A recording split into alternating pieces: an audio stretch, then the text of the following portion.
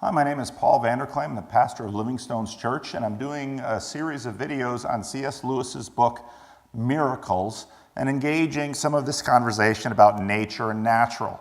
In my last video, I talked a little bit about what it means, what we mean by the word natural. I'm going to get into that a little bit more.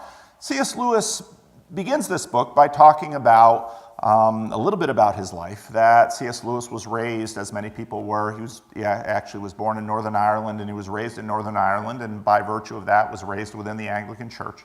As a teenager, he left the Christian faith because he simply found it unbelievable. He found the modern version of nature and reality that we are simply products of nature, that all we are is products of nature, to be more tenable. And then into his adult life, he actually converted, or if you don't believe in Christianity, reverted back to Christianity.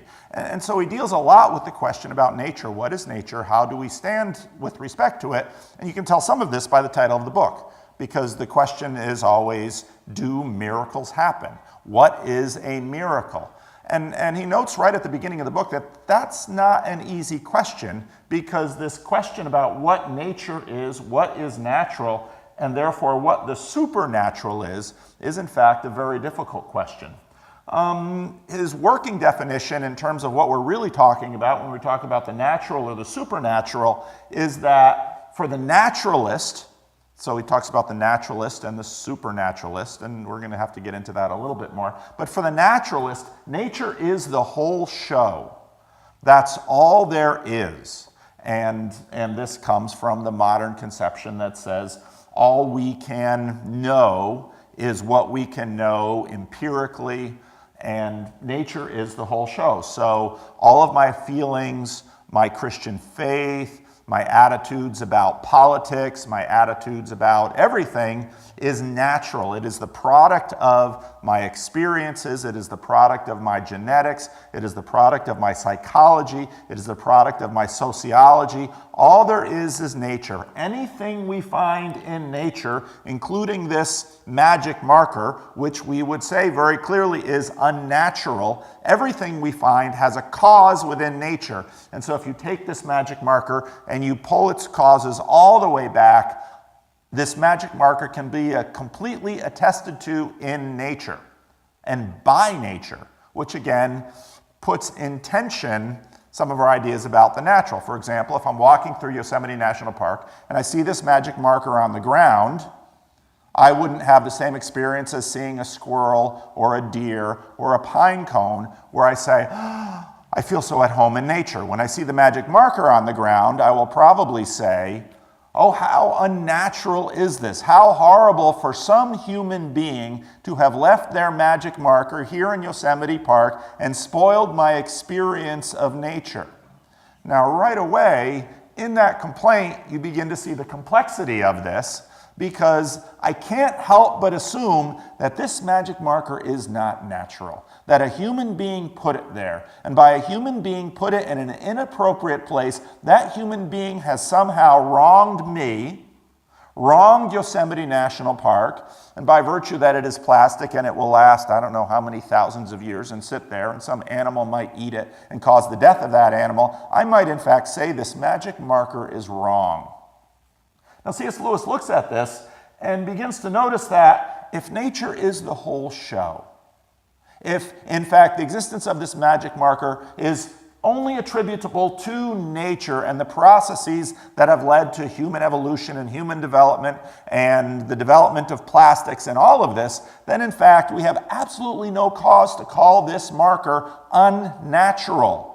Nor the human being that left it on the floor of Yosemite Valley, nor the animal eating it and dying, nor all the other complexities of this marker, maybe putting estrogen in the environment, the carbon industrial complex that is destroying the world. We would have to say that, in fact, if human beings kill the world, that this is, in fact, simply the natural process.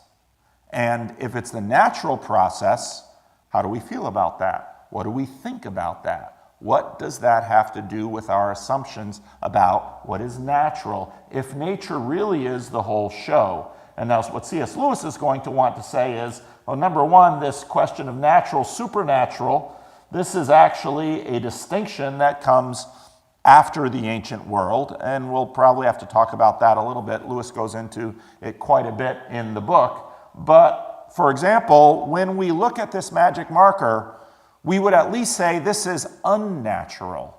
This is, see, we wouldn't want to say supernatural, but in a sense it is.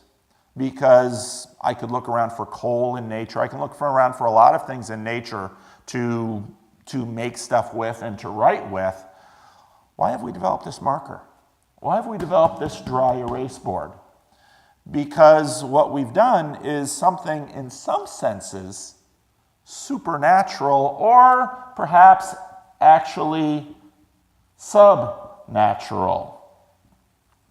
And we're going to have to think about how these pieces fit together and how, in fact, they fit together with respect to what Lewis will call miracles. So again, I hope to do a bunch of this. I can't possibly cover this entire book. And if you decide to try to read this book, I would encourage you to take on this project over a course of years, read through the book, let it sit for a number of months, read through it again, let it sit for a number of months. I actually go through the audio book in conjunction with the physical book because I'm an auditory learner and it helps me grasp it. But the implications of this book are really quite tremendous. So thanks for listening. I'm at 6 minutes now, so I'll do another video in a few minutes.